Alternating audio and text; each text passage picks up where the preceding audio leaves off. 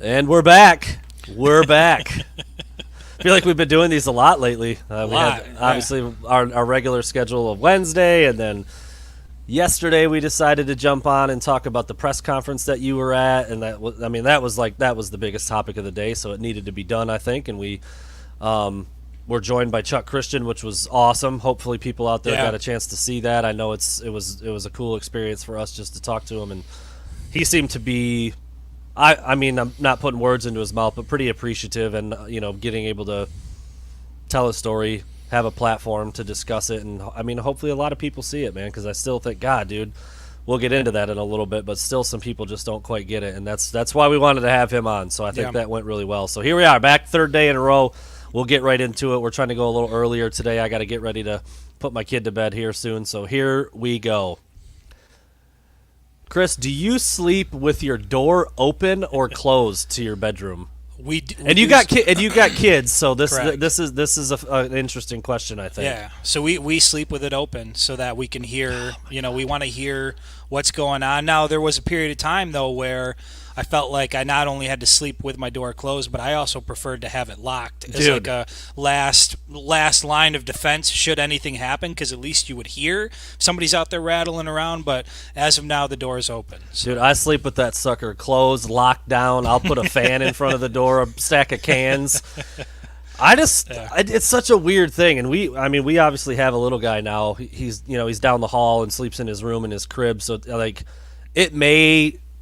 I don't know, man. I'm curious to see how that develops when he's old enough to get out of his room. If he's scared, come down to mommy and daddy's room, and like I don't know. But then you don't really want to let that be a thing either. So like I don't know, dude. You just wait for it, man. I have been, wait until you're laying in your bed and you're sound asleep, and you get like this tap on the shoulder, but you're not really sure what's happening, and then you open your eyes and your son is like a foot away from your face. That's scary, bro. There was a period of time when I don't know if people know this, but our sons have the same name, which is really strange. It's really and weird. It's not the most common. It's not like his name is John. Right? Yeah. So Sully comes into the bedroom, and he was doing this for a while, where like he would tap me and wake me up, and I was terrified every single time, and I'm sure it terrified him in return when your dad is your response. You scream and yell like, what the hell. So yeah, I mean, that's something to look forward to, because it's super creepy, dude. Or if you're almost kind of asleep and you got the door open and the lights on out there, and you see like a shadow of like this little figure come trotting in, and you're not quite with it, like you're like out of it a little bit. You're in for a treat. I stayed at a buddy's house a couple years ago, covering like a recruiting event. Actually, he lived like near Indianapolis, so I stayed at his house. Good buddy of mine that I grew up with, and he's got I think 4 kids now, but I think at the time 2 or 3. And I stayed in the guest bedroom. Obviously, was sleeping. And apparently, whenever him and his wife have a little whatever they have, he gets kicked to the doghouse. That would be the room that he would sleep in. Or sometimes, like if they went to bed at very different times or whatever, he would just crash in that spare room. Whatever the case may be, he slept in there occasionally. So I was staying the night there, and his daughter creeped into the room and did that to me. I don't even have a kid. I don't know his kids. Bang. So like she's like, Dad, like crawls up, and I'm like, I'm not your dad. Like, I think she was like 3 or I don't know, really little. And dude, traumatic for her. She shrieked like bloody murder. I'm like, sure. I'm sorry. She just is in here. She's in here. And then the dog came in. It was like a fiasco, dude, at like 2 or 3 in the morning. So anyway, I haven't experienced it with my own kid yet because he's too little still, but yeah. That's something I think about, because this question is funny to me, because my buddy Dave, who I went to college with, and then actually my wife and I lived in his house while he was working out of town for well over a year. Rather than get renters and do that whole deal, we moved in there. Anyway, long story short, like he was there a couple of times when we were there before he like left for work, or when he came back a couple of times, and he slept with his bedroom door like wide open. I'm like, the hell's the matter with you, dude? Are you a psychopath? Close your bedroom door. Well, see, there's a difference when there's guests, even with the kids in the house. If there's guests or people staying over, then the door definitely gets closed. And he's like, no, dude, I want to hear him coming. And I'm like, I don't think you're going to hear him coming if the door's open. They can just creep in. They don't even have to touch anything. Anyway, man, it's a stressful thing for me to think about, and yeah, it probably will change once Sullivan becomes a little more mobile. Like, he's scooting around now, walking real good, and he's tall. He can actually I think today, for the first time ever, he opened his own bedroom door with the knob and everything. But it's coming. He can't get out of his crib yet, obviously. So anyway, just a discussion that I thought was worth having. All the parents out there probably have their own beliefs and their own views on that, so we'll see what comes up with that. All right, getting into the meat of the show, the most recent development, I guess. I don't know. There wasn't really like a development before, but we talked about how Juwan Howard was going to continually have his name brought up whenever an NBA job was open, because he's done such a good job at Michigan, and he's an NBA guy, 25 years as a player and a coach in the league, and he aspired to be a head coach in the NBA at one point. Now it feels like those dreams and goals have changed, and he pretty much squashed it right out. I mean, a source, I think it was Woj, I think maybe the official tweet on Twitter was that Juwan Howard said, I'm not going anywhere. And Michigan fans rejoice, right? Like, that's the best news Michigan fans have gotten in a while, and I'm not surprised by it. I did say, back when his name popped up, like, this is gonna continue to happen, and he's gonna have some things to think about when you have a franchise like the Celtics that might triple or quadruple his salary, maybe, or something like that. Kind of stuff talks to a person. But at the end of the day, I did think he would stay at Michigan for a little while, and now we see that's what's happening. Yeah, and it's we heard. When Jalen Rose was interviewing him a little while back and asked him about, when his name was first starting to pop up about potentially, going back to the NBA, Howard's response was, I'm in Ann Arbor to stay, baby. And, and then his name comes up for, a pretty high profile job with, it doesn't get much bigger than, the Boston Celtics. And then you throw Portland into that and all the good things that they have going on. And, great opportunities for guys that want to coach at the highest level.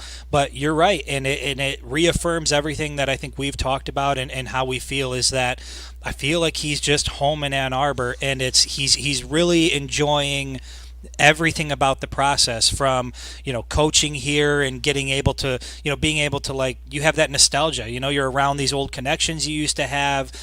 It's a special feeling. You've got one hell of a basketball team, you've got a good roster coming back, and the sky's the limit. And so I think I take him at his word that he's in Ann Arbor to stay. And I think if and when something does pull him out of Michigan, it's going to have to be a pretty special opportunity, and it won't be until he does some big things here. I zoned out for a couple of seconds, so if you didn't mention it, or if you did mention it, I apologize. He's got a kid there, and maybe another one coming too. Yeah. That's I do think that's a big deal. His son Jace is already on the roster, and Jet is a big time recruit, and certainly, I mean, you think he's going to end up at Michigan, but we'll see. We'll see. He's being recruited by a lot of other schools, but I think that's big too. So that's at least about a 4 or 5 year window, depending on how their careers go. So it's a great development. It's a great development. Michigan fans can rest easy. Juwan just has the program going in such a positive direction after Beeline got it to a really great spot. It seems like it's maybe even at a better spot now after just 2 years in, which is it's awesome. I mean, there's really no other way to put it. It's crazy that he's done so well so fast. You talk about the outright Big Ten title last year, and the making it to the Elite Eight, and doing some of that without Isaiah Livers. So the sky is the limit. I think the roster coming back, the recruiting class that he's been able to sign, how involved he is with some of the best high school players in the country. It's all good. You can't say anything bad about Michigan basketball right now, and it's going to continue for at least the immediate future as Juwan, kind of shoots down these rumors that it never really got to always interviewing, or they're on the phone with him. It was just like plugged in people in the media who know their stuff about basketball said Juwan Howard's name is going to be on these lists. That's really as far as it got. But I do think it was worth talking about at the time, and certainly now that I forget, like, did he publicly shoot it down, or did Woj just say, like, I forget how the tweet was worded. Yeah, it wasn't, Howard didn't say anything publicly. It was just sources say that, something to the effect of, sources are saying that Howard's not even interested in having, like, entertaining the discussion. So, essentially closing the door on it. I mean, he's a pretty plugged in guy, and if he says that's what his resource says, then I think you can pretty much take that to the bank. So Good news for Michigan fans. For everybody out there, the dad bug just killing it right now. A little Earl Grey in there, trying to finish up this cough thing I got going on. So for those who can see that, I know Chris was really a big fan of it when I took my first sip. Anyway, so that's really good news, and I think another chunk of good news or cool news or just exciting. Everybody seems to be on the same page. Most people seem to be on the same page. There are a few who are opposing college football playoff expansion, but it sounds very likely that within the next couple of months it's going to be official that the college football playoff will expand to 12 teams with the top 4 seeds getting byes, the first round matchups being played at home fields. I mean, these are just some of the surface level details that are coming out right now. I think it's awesome. I mean, I'm all for more meaningful games, more chances for teams that aren't normally in the play. I mean, like, it's been like 5 teams every single year that the playoff has existed, and like it's gotten rid of parity in college football is what it's done. It's the rich get richer year in and year out, and at the end of the day, when this 12-team thing gets there, it still might end up being the same 4 teams. I mean, chances are that's what's going to happen more times than not. But at least those other teams will have a chance. Your UCFs of the world, your Cincinnatis of the world, your Iowa States of the world that will never get a sniff at the 4-team playoff, but could get on a run and make some noise in a 12-team playoff and get hot at the right time, or have one star player that can show out for you and win a game that maybe you didn't think you were going to. So I think it's awesome. You put up a story about it, maybe a little bit more detail on that, or like when and how this is all going to be enacted. But I love it, man. I think it's great. Yeah, and I think you make a good point that I don't know that there's too many people that are opposed to this, including the fan bases in, Tuscaloosa or Columbus, or, I mean, these programs are probably still going to do pretty well in the college football playoff. It just means that, 8 teams that would otherwise be going to a pretty much meaningless bowl game are going to have a shot at, producing an upset and getting further along in the playoff. And I think it was interesting. Like, I went back and looked at the numbers, and out of the 129 Division I FBS teams, only 11 programs have ever participated in the college football playoffs in 7 years. Alabama having 6 trips in 7 years, Clemson having 6 trips in 7 years. And so I think people are just tired of seeing the same scenario play out. And you give credit to these teams because they're good and they belong to be there, or they deserve to be there. But I think the rest of the college football world just kind of sits back and says, it would be nice to be a part of that as well. And so from what I could read from McMurphy, it sounds like the latest that they would implement this would be in 2023, so we're probably still looking at a year or 2 off. And the idea of going to 12 teams, it was we were just talking about this before we went on the air. The Big 12 commissioner, pointed out how much this is going to be a game changer in the months of October and November, whereas maybe only a handful of teams now have a legitimate shot at the college football playoff. You're talking about potentially 20 to 30 teams that are going to be looking at the college football playoff with like a realistic shot of being there. And I think, October and November is already a very exciting time to be a college football fan. This is just going to take it to another level. And I think the vast majority of college football fans are excited to have it happen. Yeah, right now you get to the final third of the season and the playoff race is dead for the large majority of the programs out there. Yeah. And I've seen a couple different takes. I think it was actually Zach Shaw, who I used to work on the radio with and works over at 24/7, who said something along these lines on Twitter. There's some people who are like, 12 teams means like, the people who are opposing the 12-team thing is like they're saying like a 2-loss team is suddenly going to get. I have a big problem with a 2-loss team making the playoff. Well, I feel like you should have a bigger problem with a 0 or a 1-loss team not making the playoff, which has happened multiple times. Now suddenly you get a lot of these teams that were like on the doorstep, or there was some debate back and forth. Now they're all in, and you let the chips fall where they may. And there's going to be no more of this self-proclaimed national title because we went undefeated. I mean, like UCF's thing that they did was pretty corny, and like I don't know if a lot of people thought they could win the national title, but like they had a real beef. They went undefeated. They were waxing everybody they played, and they didn't even get a chance to show that they could hang with the big boys in the playoffs. So I do get where people are saying it's not even going to make a difference. Like put them in.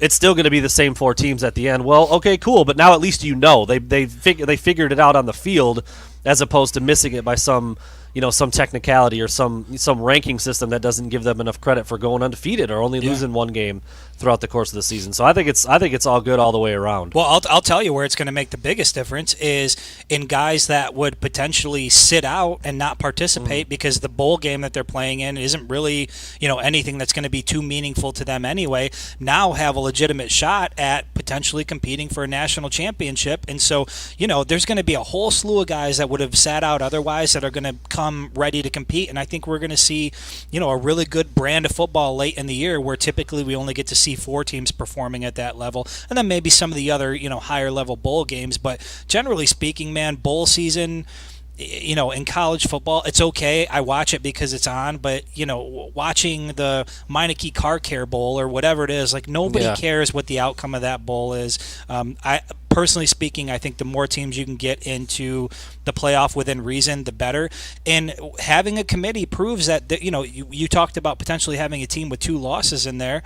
There is such a thing as a good loss when you have a committee that can sit back, and if you've got 2 top 5 teams that go at it, and one is unfortunate, right? One is going to lose, but it's a battle. You can't tell me that you're going to look at that loss the same way as you would if Michigan had dropped one to a Western Michigan or something like that. So you will have probably some pretty damn good 2-loss teams that, unfortunately, their schedule just is what it is, but they deserve a shot at the title just as anybody else. And the other defense that I always come back to is it's everywhere else. It's every other sport has something where it's 8 or 16 or 18 teams or 6, college bat. You can't do the same thing in football. It's just too many, too long. The games take a little bit more out of you. But it's everywhere else. And you go down to D2 and D3 football. They have a big playoff system. It's like Division I, Power 5, high level college football is the only major sport that doesn't have a playoff system. I mean, they've got the 4 right now, but it's just not enough. It's just way too small. Nobody else does it that way.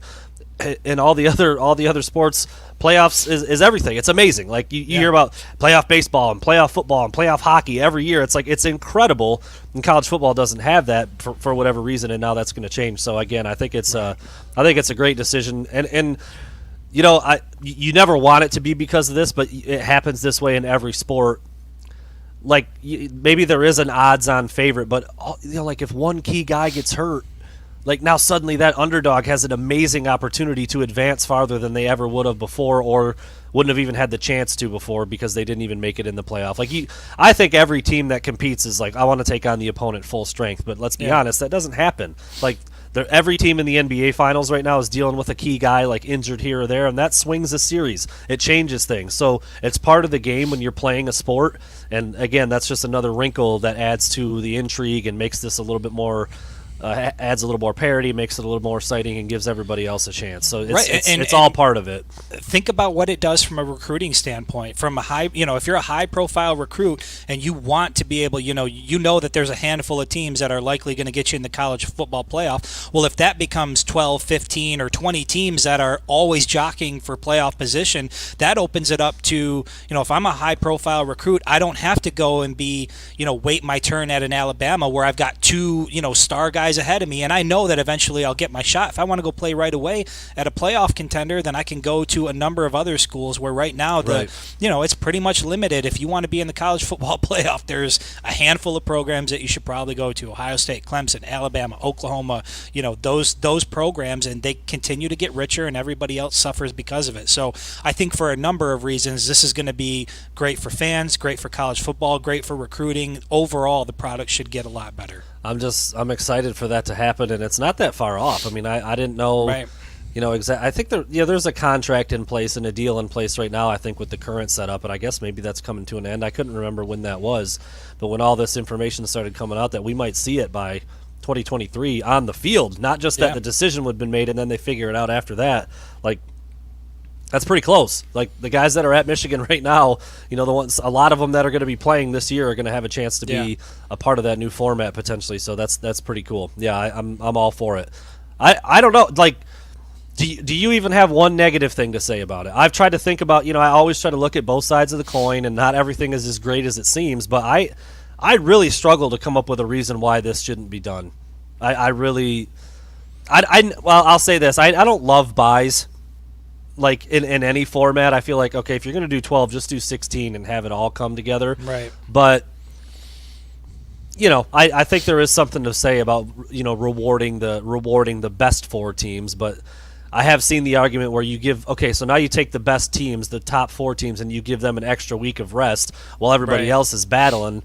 Right. You're making their path easier. Why would you do that? So like that would be like maybe the one thing I would change if I was going to make it my own system. But that's really about it. Yeah, just the fact that it's this hard to find something negative about it. Like I'm going through the Rolodex and I really can't find anything to be unhappy about. Sure, there's some things you can tweak here and there, but this to me is a necessary step in the right direction. And who knows, whether or not it ultimately stays at 12 or if we see another number down the road. But I think in order for the college football playoff to be a better product than what it's been, and don't get me wrong, the competition level and the brand of football we've been able to see is phenomenal. It's just there are other fan bases and other programs that would like the opportunity to be a part of it, and with so many programs competing in just 4 spots, like you said before, you leave a team out that's got a perfect record or 1 loss and played a lot of tough teams. And so I think overall it's good for the brand.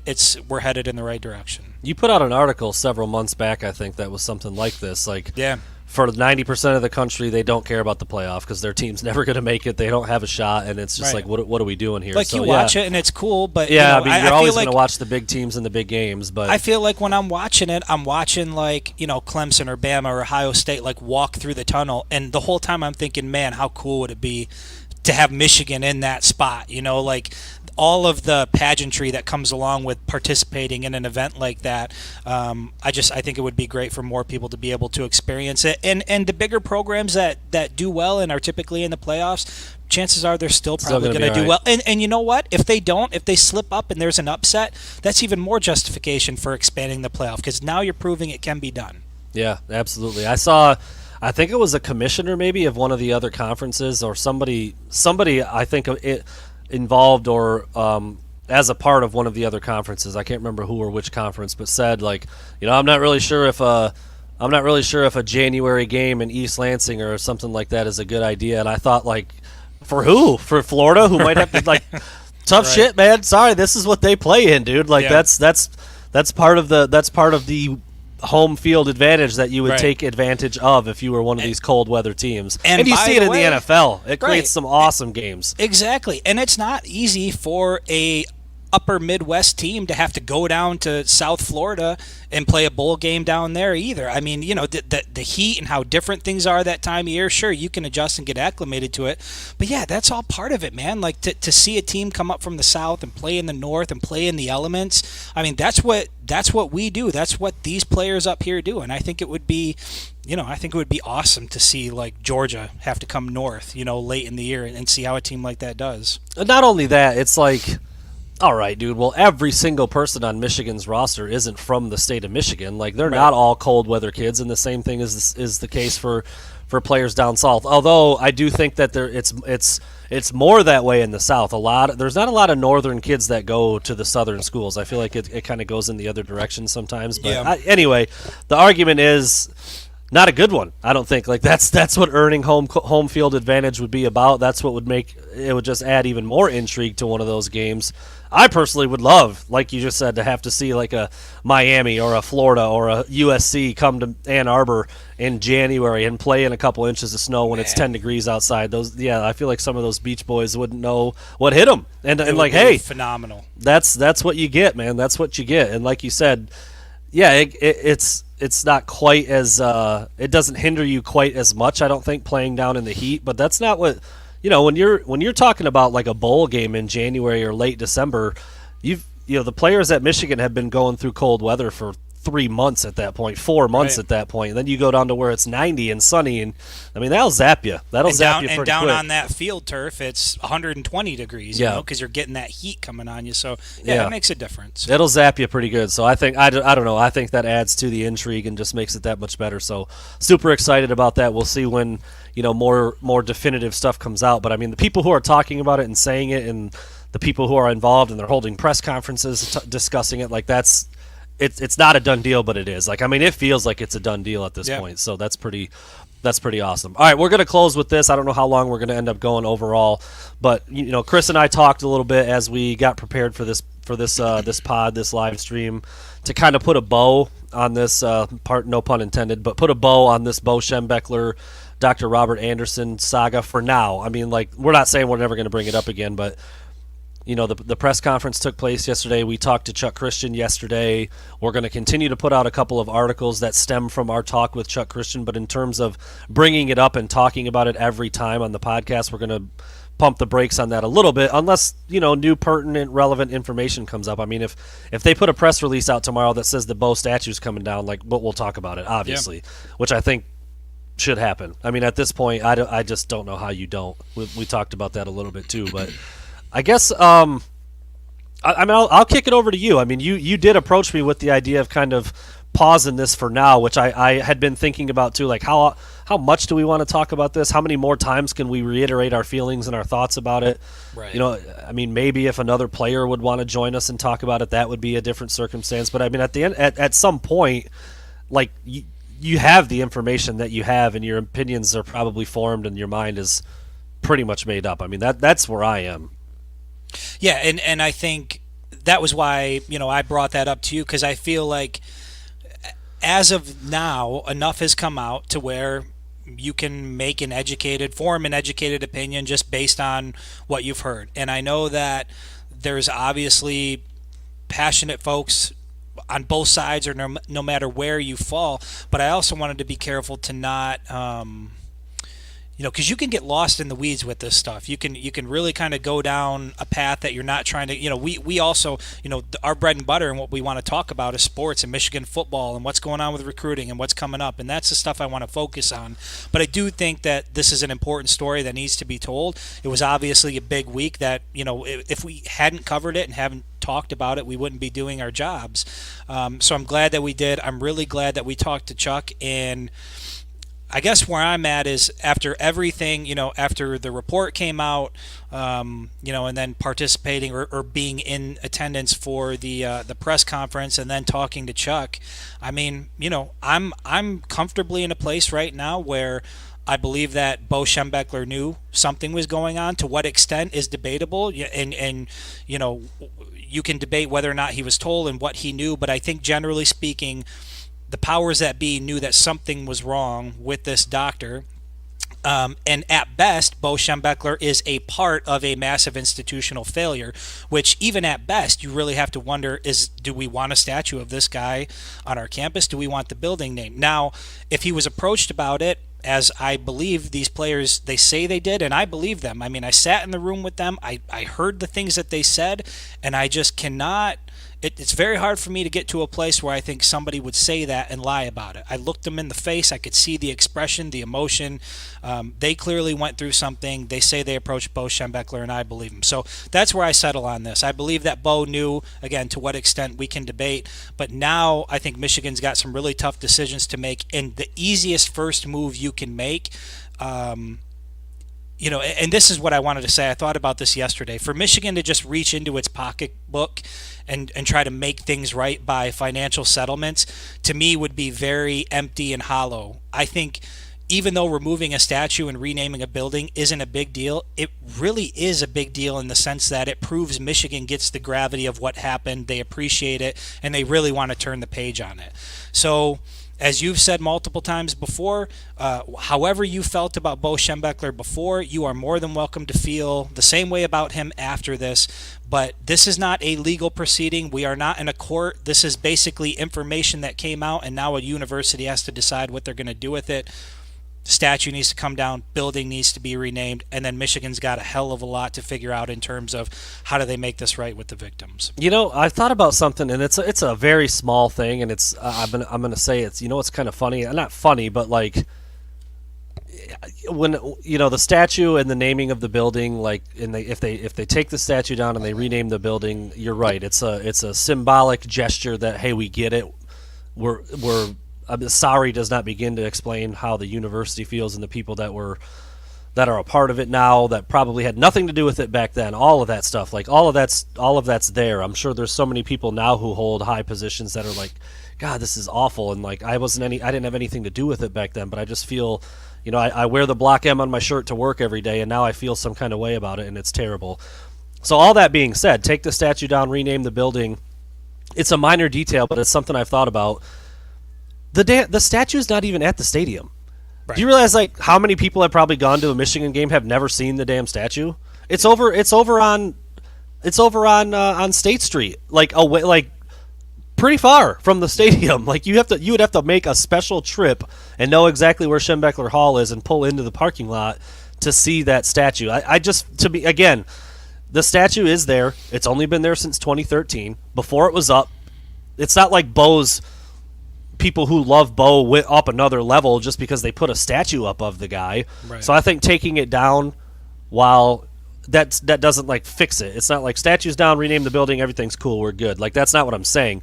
But it is the path of least resistance to at least get the things in motion, like to appease some people, to get some people understanding like we're taking a look at this. This is a first step. It's a symbolic gesture. We can't have a statue of this guy up. It's not right.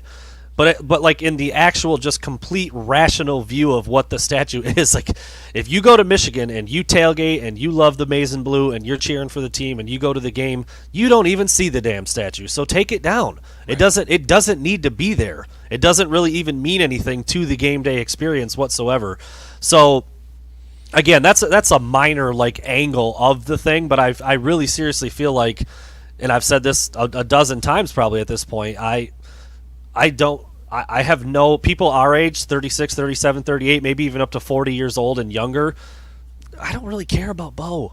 I really don't. I wouldn't bat an eye to take the statue down and rename the building and remove his picture and all the sayings and all that stuff because of it just doesn't resonate with me. But it sure as hell resonates with those victims, the survivors of these things, and it might go a long way to at least see like, okay, we're not championing this guy anymore. He's not a hero to all just because his name was Bo and he marched up and down the sidelines. So right.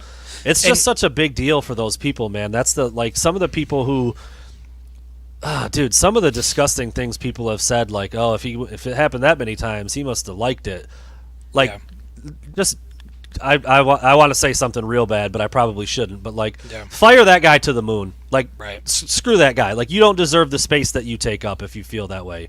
Yeah. And like for people who think that way and are defending this to its core, like, God, I hope they don't have kids. I hope they're not procreating the ignorance that they're spewing, because it's just like, what are you doing? Like, where does that feeling exist in you? Honestly, it's weird because I think people don't understand that it's totally okay to.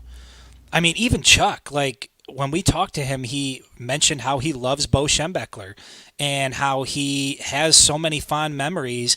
And no matter what has come out, he acknowledged that that's still a part of his experience. Those memories are still a part. He still appreciates all of those experiences that he had. And I think that's what fans have to remember is like Bo Schembechler could be a phenomenal football coach, great with certain people, and everything you think he is, while also not handling a very serious situation the right way. Like, those two things aren't mutually exclusive. Both of those things can be true, right? So it's not that you're necessarily trying to take away, I guess, what Bo did or what he accomplished or any of that, but it seems that it wasn't one or two or three or four people. The magnitude of this, I really don't think people understand what it means when you say 1,000 people were sexually assaulted. Like this wasn't like even anywhere close to being an isolated incident. And so when a reasonable person looks at the information, listens to what people have to say, you can only really land in one spot. And that's that he knew, and again, to what extent we don't know, but he had to have known something was off. And the bottom line is, he didn't do enough. He didn't do enough. It is. I mean, I would say it with all the conviction and definitiveness I can come up. It is impossible that he didn't know. Correct. In 40 years of that doctor being there, and 20 years of Bo being the coach, and then moving on to the athletic department, And for, like Chuck said yesterday, for Bo to brag about how he knew everything, and when you hear different stories about, like, man, I got in a fight over the weekend, and before I even got to the building, Bo knew about it. Or, guys who have gotten in trouble for various things over the years while they played for him, or, class issues, whatever. He knew about it all. You hear the stories about the coaches joking about it and the players joking about it out in open air. It's impossible that Bo didn't know. It's impossible. I mean, I would take that to anybody who has any kind of beef that says, like, I'm going to continue to defend Bo. There's no way that he would have let this happen. Like, bro, he let it happen. Get that through your thick skull. It's not even a debate at this point. When you're talking about the numbers that you're talking about and the way that he conducted himself and the way that he ran his program, it's a wrap, dude. He freaking knew, and he didn't do what he should have done. Like, right. That's it. I just don't know how after the report and after the in-person firsthand accounts and our discussion with Chuck yesterday, I don't know how anybody can sit there and say, like, maybe he didn't know. I think there's still a chance he didn't know. Even if it was only one person that told him, but it was more, because more have said that. That is one part I'm still curious about. It doesn't matter to me, but I am curious about how many people did tell him, because we've now heard of at least 3 for sure. The 2 guys that spoke yesterday, Giovanni Johnson, Dan Kwiatkowski, and then Chuck Christian, who we talked to, and he talked about it over a year ago. That's 3, and over the course of 20 years, it was a hell of a lot more than that. Right.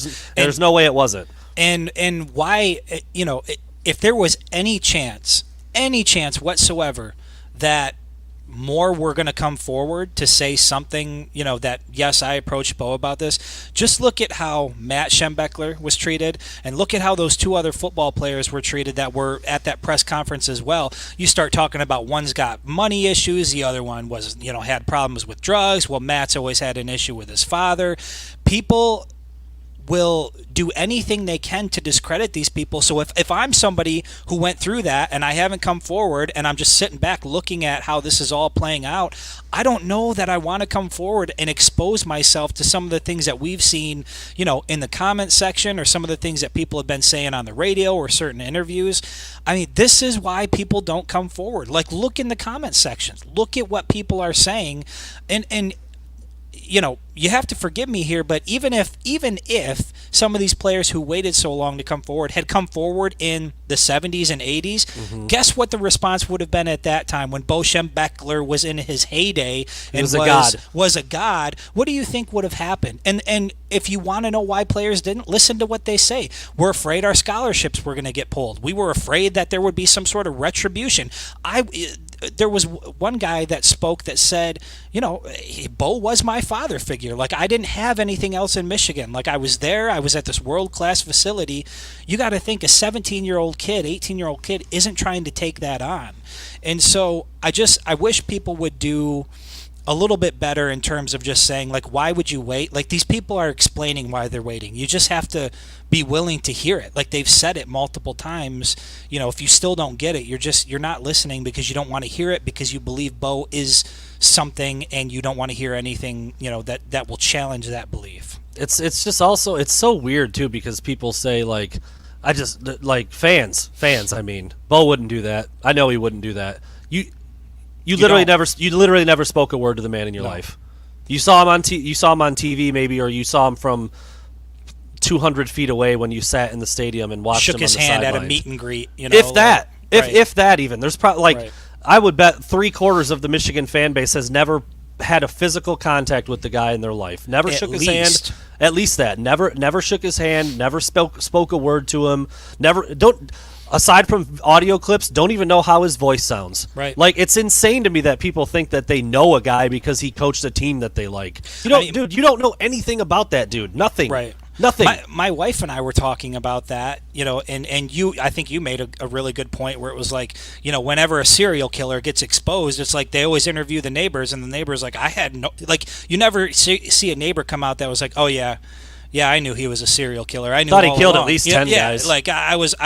I mean, but you, like, as a fan, you think you know this person. How many stories have you heard about where, like, you're in a marriage and this person that you share a home with and share a bed with has been leading a separate life for, sometimes they can carry it on for years.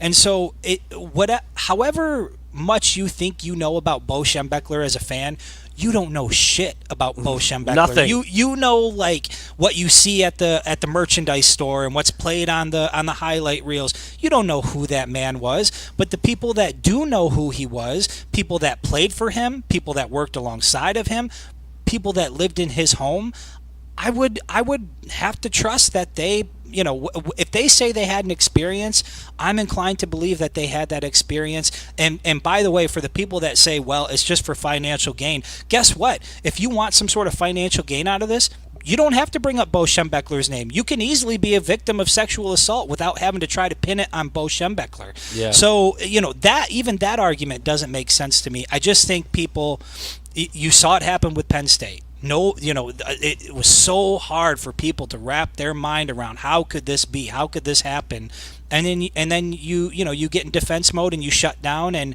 you know it's everybody's just out to try to get something, and it just didn't play out like that. That's not what this is. Go find a random guy at the grocery store and like. You've talked to that guy as much as you've talked to Bo Schembechler. How much Right. you know? How much do you know Right. about that guy? He's a Like, great guy. He would never hurt anybody. Right. It's such a weird stance for people to take. I don't I don't understand it. And like what you said, like I mean everybody has so many instances in their life. You could have like literally some of the best friends you could possibly have, like another couple or something, and then you find out they're getting a divorce, and you're like, I thought they were so happy. Like, Right. dude, you don't know what's going on behind someone's closed doors and what kind of things they're dealing with and the motivations for dealing with those things. I mean, like, Right. Bo was a super powerful guy. He was the most competitive coach. He wanted to win at all costs. You know, Chuck said that to us yesterday. That really kind of like shook me. That he said, I just realized over the last year or so that what he really cared about more than anything was winning. It wasn't about us. It was about winning. He wanted to. He had this system in place. I think it was Matt that brought it up at the press conference, and Chuck said, "Yeah, I can totally see that." Chuck said, Bo didn't believe in guys being like that's also a weird thing. Didn't believe in guys being hurt. Like, Right. dude, guys get hurt. Right. Like, what do you mean? And that would put you in the doghouse. Like, if you got hurt, like that's weird to me. And then. But then had this kind of weird back and forth with the doctor where the doc was like, he probably shouldn't really be playing, and Bo was like, oh no, he's playing, and the doc was like, okay, yeah, he's playing. So there were some checks and balances between the two of them, and I'm not saying that like Bo was like, well, if you sign this guy over to play, I'll let you do what you like. That's not what I'm saying, but that's one of the reasons why I think he kept him around was because he had this system kind of built in. It was his guy that he trusted to make sure that his players could be on the field. I hope that didn't come across that way. It wasn't like a trade like. No, you do your thing, and behind that closed door, as long as my guys can play. That's not what I mean. But if you listen to what these players are saying, and even what Matt Schembechler said, it's all pretty consistent in that Bo just didn't want to hear it. Like, he did whatever he could to not hear what they were trying to tell him. Yeah. And even if that is the case, willfully remaining ignorant to what's going on doesn't absolve you of responsibility to do something. Like, if you just plug your ears and you're like, nah, I don't want to hear it, I don't want to deal with it, well, guess what? Now you're liable for what happened. Yeah. So, and they've all been pretty consistent in the fact that Bo just wasn't trying to hear it. I mean, that's been a consistent theme throughout this. And I do think Chuck made a really good point that also speaks to why some people may have waited, because they didn't know they were being sexually assaulted. Yeah. They thought, that was such a good point by Chuck that, he just thought, obviously it felt uncomfortable. He didn't like it, but he thought he was getting the best medical care in the world, and that's just the way physicals were done at that level. And it wasn't until he said almost, like a year ago, 2 years ago, that he got a call, and then things started to make sense. And it's like, okay, this is why I've been afraid to go to doctors. This is how my health got to where it's at. And so I think a lot of guys probably didn't come forward because they didn't know. And so when you try to when you ask a question like why don't people come forward or why are they waiting until now, you have to realize that none of this is black and white. Like when it comes to sexual assault or any big issue, event that happens in your life, there's the human element and people experience it differently. They deal with things differently. And anybody out there who's human should know what it feels like to feel humiliation or fear or shame, especially, a lot of us have never had the unfortunate experience to have to go up against a juggernaut like a University of Michigan and a guy like Bo Schembechler. It's not as cut and dry as people want to make it out to be. And I think that, when guys like Chuck started to come forward, it made it easier for guys to tell their story. And now there's somewhat of a brotherhood that's forming. And I'm glad there is, because they're sure as hell going to need each other for support, just given some of the nasty things we've seen. But I'm in their corner. I believe them, and I hope Michigan does the right thing. Yeah, no doubt about it. Treppa Coles, who's been an avid and loyal listener to us, so thank you. I appreciate that. A great thing, when you watch Chuck talk, I mean, I'm sure I took a little something away from it, maybe a little different than what Chris did, and this is what stood out to him. He used the word egomaniac. Like, that's a pretty strong word when you're talking about it, and he's not wrong. He said that's like big-time college coaches have to be that way. Like, they are the alpha, they're the face of the program, they are control freaks. Like, that's just kind of... It just kind of comes with the territory, but he talked about that Bo had this side to him that a lot of people tried to protect, and his temper was crazy. And you've heard stories about that over the years about how nuts he could be. And then he used this specific story about the Rose Bowl trainer that he literally went over and chucked him onto his head. Chuck said so. I mean, he's not making that up. Like, what the hell does he gain by making that? I mean, and as sad as this story is for Chuck. Like he's not even going to be around to see a lot of the fruits of this thing, man, and that's really sad. But it's a fact based on what he told us about his health, which is even more reason to believe him. He's got no reason to lie about it at this point, right. Like none, And so, yeah, man, it's been a lot to digest. It's been a lot to take in, and again, like I don't have the connection to the '70s and '80s football, Michigan football, like a lot of people do, and the admiration for Bo and it just doesn't hit home for me in that sense. But God, man, I think the way that I am and the way my brain works, I don't think it would freaking matter. I really don't. I mean, when you hear the things that these people are saying, and when it's this many, like you said, if it was one or two, and Bo's reputation was what it was leading up to that point, and it was like one or two people, you might say like, well. Like let's look into this like a little bit more. Like I need a little bit more evidence, but we're talking like 800-900 people over the course of 40 years with this doctor, and then you're now hearing first person accounts of people who say they told Bo openly, and the reaction from Bo fits everything about Bo. Yeah. I just don't know how people are still saying that. I need a little bit more. Maybe if that report was 300 pages, I could get on board, but 240, I need like 1,200 people. Let's get to the 1,200 survivor level. If you still need more evidence at this point, there will never be enough. There will never be enough evidence, because I don't know what else these guys can do or say. I mean, if you were sexually assaulted, unless you kept an evidence bag of what else can they do? Dude, holy balls! I just thought of something else, man. A person on Twitter was like, who's this guy? Why should we listen to him? Dude, it doesn't matter if it's the best player that's ever touched a foot. What the hell does that have to do with anything? Right. Seriously, because somebody was a stepson. So somebody didn't know who Chuck was. Right. And? Right. Who why does that matter? Why does it matter how good of a football player or how good of a career they had at Michigan or what they went on to do after Michigan? Like I couldn't believe that. I could not believe that somebody would go there, that it had to be like a big time player for it to matter. Right.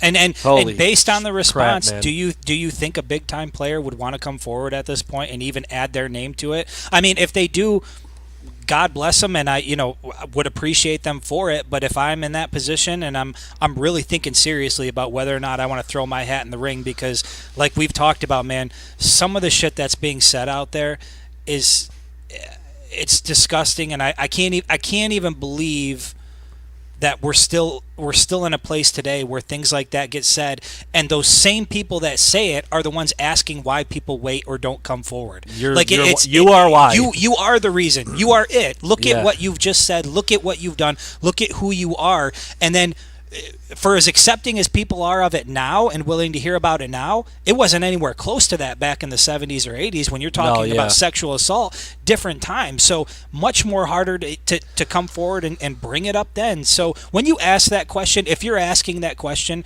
just know that you are the reason. You don't have to ask it anymore. If you've got two dumbasses like that saying that now, it was 22 dumbasses back in the 70s and 80s. 100%. I mean, so it's the question is the answer. So there you go. There you go. Look in the mirror. You are why. The question is the answer. I wanted to put this up too because I do think that this is part of the next step in this whole thing and what happens with Michigan and kind of.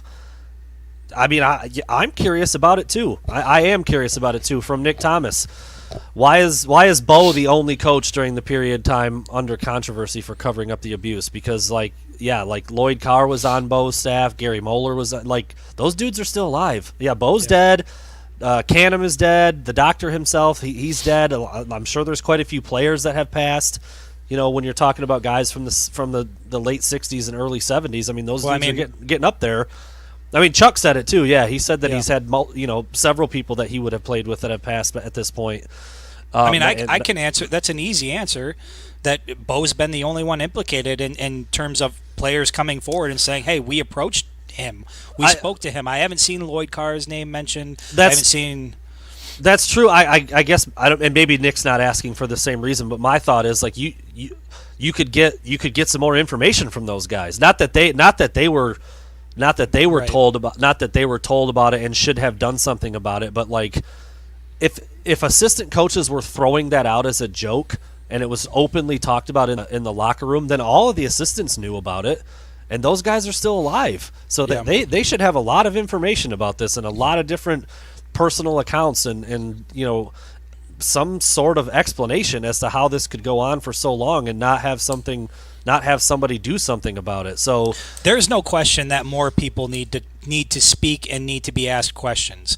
And I think that unfortunately, as is the case with most of these things, probably what we know and what we've learned at this point is just the tip of the iceberg. There is so much more that hasn't been uncovered that we don't know. But I think it's clear that more people are going to have to come forward and speak, even if they don't want to. And I know, Lloyd Carr's, it's been a rough stretch for him. But, at the end of the day, I think if people truly care about getting to the truth, then they have to participate in this. And if you know something, you got to say something. I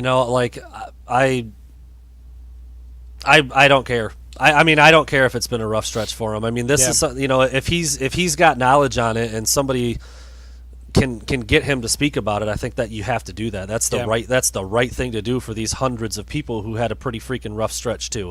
Yeah. I mean, like that's for a long time. That's kind of where I fall on it. I mean, Lloyd's up there in years, and he's had some really bad things happen to him over the last, very recently with his wife, right? And his grandson. I mean, look, man, I get it, and anybody who's a Michigan fan knows about those things, but I'm sorry, man, that sucks. But this all happened before that, and if it had been addressed when it should have been, then it's not even an issue or a discussion at this point. And if you worked for Bo and you were as into the program and ended up becoming the head coach and knew some stuff about this thing, Anderson was there until 2003, right? Yeah, 2003. Yeah, dude, that's 6 years after Lloyd Carr won a national title. Right, bro. I don't know, man. Some of those dudes have something to say. They have to. They must. How could they not? If it was really talked about as openly and freely as these players have said, the ones that have attached their names to it and the ones that didn't in that report all kind of corroborated the same thing. Everybody knew it was a running joke. The coaches said this, the players said this. Don't rock the boat. You're going to do this. You're going to get in trouble. Just let it go. Everybody knew. And so, while the main offender, and wherever you fall on what should have happened or could have happened to Bo if he were still alive, that's probably up for debate. He's not the one doing these terrible things, But if you know about it and you could have gotten rid of the guy and stopped it, that's pretty freaking bad. Yeah, But then every level below that, I feel like the blame goes down like a little bit. Like, yeah. the assistant coaches didn't have the power to go in and fire the doctor, but like still at some point, man, like somebody needed to step the hell up and do something about this. And if a lot of people knew about it like it sounds, then a lot of people did the wrong thing. Can we at least kind of squash one of these things that I've been seeing floating around where it's like, well, Bo wasn't part of the the medical staff, or he wasn't involved in the hiring and firing of doctors. Let's just be clear on the power that Bo Schembechler had at the University of Michigan during his time there. If he didn't want somebody in a position, they're gone, connected with the team, they're gone. There was no debate. So this idea that if you're trying to paint Bo Schembechler as powerless, don't do that. You're making a huge mistake. There was arguably nobody more powerful at the University of Michigan than Bo Schembechler during his time there. It was that way then. It's still that way now. Like, yeah. Abigail O'Connor is like the nutritionist or whatever for Michigan right now. If Jim Harbaugh wants her fired right now, she's fired. Gone. I mean, like, and it was worse then. It was way worse then because you didn't really have like the politics and the certain levels of chain of command where you have to like, well, we got to watch it. It could be a lawsuit or it could be like that didn't exist back then. Like if Bo said his ass is out, he's out like instantly. And I think not to say you're wrong, but I'm pretty sure Bo actually did hire him, like specifically, like that's brought him. Yeah, that's what Matt said. Yeah, that's our team doctor. That's the guy that I want there. So like, man, it is so bad. It's so bad on so many levels. You feel for the people that went through it. I cannot imagine saying the words in front of 100 people like those three dudes had to yesterday. Yeah, and then people thinking that they're making it up. I mean, what was crazy is as I'm listening to this, we went live with it, and as I'm listening to it, I'm seeing the comments come in, and I'm like, my head is going back and forth between watching a grown man cry and saying some of the most horrific things, you could hear, and then looking down and seeing a comment pop up like, yeah, this guy just wants money. It was like such a... The mood and the environment in the room was so different than what it was from the people on the outside looking in. And, it's just really unfortunate. I mean, I don't want to beat a dead horse, but people really need to do better when it comes to this sort of thing because the response that we're seeing come out is exactly why people don't come forward. And until that gets better, people are going to continue to wait to come forward. One thing I also do want to say, and I think you and I should probably at least address it briefly, is that Jim Harbaugh's name has been pulled into this a little bit, and obviously that began with the comments that he gave Thursday up at Ferris State, and obviously it came off as tone deaf. He didn't say the right thing. It's shocking that was the statement he decided to give, considering how much time and preparation he could have put into that. But at the end of the day, a stupid comment isn't any sort of indication of guilt or association with what's going on with Bo Schembechler and Dr. Anderson. And so, and Chuck, I think Chuck hit the nail on the head. Like Jim's got his own problems. He's created his own issues, and we can debate about that vigorously and whether or not he should remain on as head coach. But this situation, totally unfair to try to put him in this discussion in any way, shape, or form, at least at this point, unless something comes out that's totally unexpected. Yeah, and that's why I asked Chuck about it, because I just think, I mean, you can anybody who follows me on Twitter or people in the Michigan media market, they know how I feel about Jim Harbaugh. Dude, this is your opportunity, right? You should be pounding the table. It's crazy, dude. It has nothing to do with that, and it shouldn't be made about that. And people who made it about that have the true agenda. I don't have an agenda. I just want the dude to coach winning teams like that. It doesn't really go any deeper than that for me. So I think it's really disrespectful to the survivors who, at that press conference were, like you said, up there crying and pouring their hearts out and saying things that they probably have been suppressing for decades, and then all of a sudden people are just trying to make it about Harbaugh because they don't like Jim Harbaugh or Michigan football. It was a Bush League move, and there were a few people there who did it. And I only asked Chuck about it because of that. I wasn't asking him for myself. I was just thinking. I asked him, "Do you think it's fair that his name is being brought up?" And he immediately said no. And Matt Schembechler said that up there too. I know during the press conference, like, this isn't about Jim. He tried to squash it. He Defended recognized him quite a bit. Yeah. He recognized that, like, people were taking shots and trying to make this about something that it's really not. And I said the other, as I was laying the question out to Chuck, I said, look, like,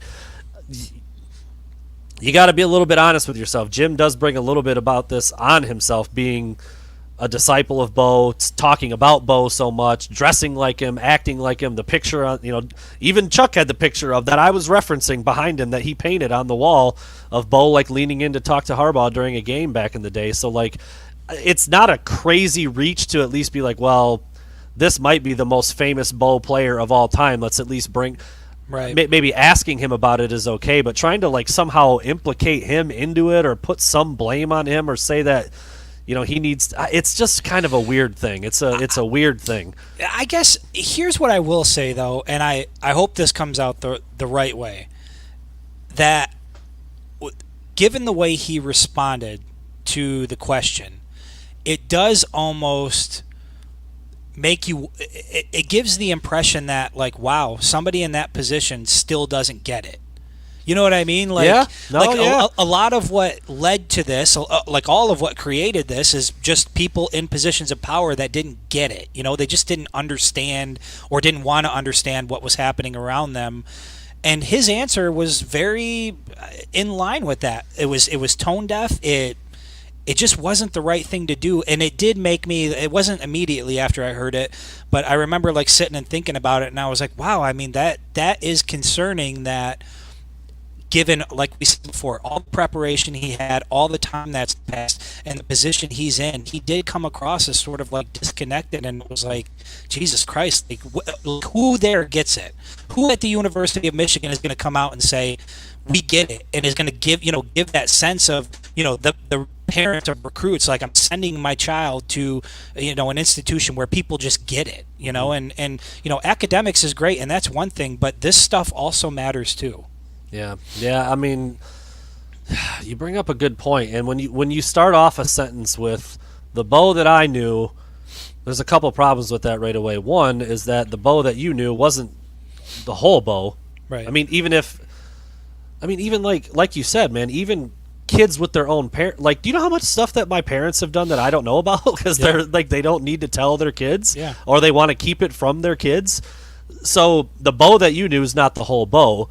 And then when you say the Bo that I knew, well, like, dude, you don't matter more than those other people. Just because of who you are now doesn't mean that what you say is more important than what these guys say who played right alongside of you and before you, bro. Like, these guys were there before you in a lot of cases. So it did. It came off really tone deaf. It came off really insensitive. He didn't say one word about, I really feel for the people who are going through this or who brought stuff up or who said this or who said that, the victims, the survivors, whatever words he wanted to use. It wasn't good. From a PR standpoint, it was just really bad. And I want to be a part of making sure that nothing like this ever occurs again. Like, a statement like that would have been so powerful and so, like, I think it would have reassured a lot of people that people that are in power at the University of Michigan get it. And that was, like, the first big comment where it made you sit back and be like, okay, so this is how this is going to go. Like, it's concerning. Though, man, I mean, like, honestly, if you ask people who have been around the program for a little while, whether they like Harbaugh or not, to make a list of, like, 10 adjectives to describe him, like, disconnected probably would be on a lot of them. Sure. I mean, seriously, and, like, that's just, no matter how many people you talk to or how many people know him well or have spent time around him, they'll all say, like, dude's a little off. He's a little off. There's something there that's, like, like the answers he gives at pressers or how he kind of stares off. I mean, like, it is what it is. Whether it's a personality thing or if there's, like, more to it since, people say he's been broken since 2016 or whatever. But I don't adhere to that. But whatever camp you fall into, there's a lot of people that would use words like, a little aloof or a little bit disconnected or a little quirky or eccentric. Like, that would be words that you would hear to describe Jim Harbaugh. And that's how he came across on last Thursday when he was asked that. So anyway, we'll leave it at that for now. I think we've got a lot of good insights about it from the press conference yesterday, from Chuck Christian, from some of the reports we've been able to read and digest, the huge report that first came out a couple months ago or whenever that was at this point, and then our discussions back and forth. I feel like we're in a good spot with it right now. Obviously, as more developments happen, we'll talk about them, but for now, I think that's good. I mean, like you said, you can only go through this thing so many times, and until there's new information or until something happens, I think that's kind of where we'll leave it, and we'll get back into more football and sports oriented stuff starting next week. So like Will Johnson out at USC. Yeah. Oh yeah, we were gonna throw that up. I forgot. Look at Chris, man. Just look at Chris keeping us in line. We'll end with that, man. Here it is, everybody. How you feeling that? Take a good look at that. Which way am I pointing? Like this, TFG, right? This guy. Will Johnson out in sunny LA, looking like a Trojan. No, like I've said it before. I think that visit means a lot, but I still think he's coming to Michigan. As we sit right here on June 11th, I still think he's coming to Michigan. Now, if Michigan goes out and lays a turd against Washington week 2, and then they crawl through a schedule and win 4 games, he's going to look back and be like, "Damn, that trip to LA was pretty dope." Yeah. This is the kind of recruiting battle that Michigan absolutely should and needs to win. You've got a kid whose dad played at Michigan. He lives right around the corner. He's a legacy kid. Everything about him is Michigan. Like, he's a high academic kid, good on and off the field. Like, this is a layup, man. This is a layup for Michigan and their staff to land a kid. Oh, and by the way, he's already freaking committed. You're not even like battling them at this point. Right. He's a Michigan commit as we sit here today. But he's taken this visit. He's got his boy out there in Damani Jackson. He's super close with Dante Williams, the cornerbacks coach, and there he is. I don't know. Just for fun. Well, and I will say we were talking about this. I'll say this. He looks like he's freaking having fun. I'll put it that way. Yeah, he looks like he's having fun. But I will say this, and we talked about it a little bit before, but JJ McCarthy was in the comment section, told him to get his ass home, and then Deion Walker chimed in and said, looks like it's a free vacation. And I believe Will Johnson actually liked that comment. So, you kind of read into these things a little bit. Deion Walker's not even committed. Like, this is just a target at this point. And I think that's, I know, hey, look, Michigan fans have been burned on the recruiting trail, and it's, and you're right. Keeping a guy like Will Johnson, a big part of that is executing and doing your job on the football field. Like, that's how you win big-time recruits ultimately. You can sell the program till you're blue in the face and talk up facilities and all this, but if you're falling short on the football field, you're going to continue to struggle. So I think Will Johnson, his boys out there, want to go to California. You get to put on the outfit, kind of do the photo shoot. Like, when you're a kid that age, that's just fun shit to do. I think he's wearing the maize and blue at some point here in the near future. I'd probably do it this weekend if they'd let me. What are you talking about? I put on my helmets and shit just like as an adult around the house. Yeah, you can ask my wife about that. I may have to do that actually. We need to get photo evidence of that. No, I'm with you, man. It's a cool and. We talked about this before too. Like, they haven't got to do anything because of COVID. So now that things are opening back up, these kids want to take visits. They want to experience it. They do want to have some fun. I'm certain that's part of it, but I'm also certain he's got a great relationship with that coach. And if things really, really fall apart at Michigan, and maybe the staff is not the same, he's got an option. He's got an option, and that's somewhere that he's going to look at seriously. So again. People are going to get mad at me saying that. I still think he's coming to Michigan. There's my final answer. As of right now, it's June 11th.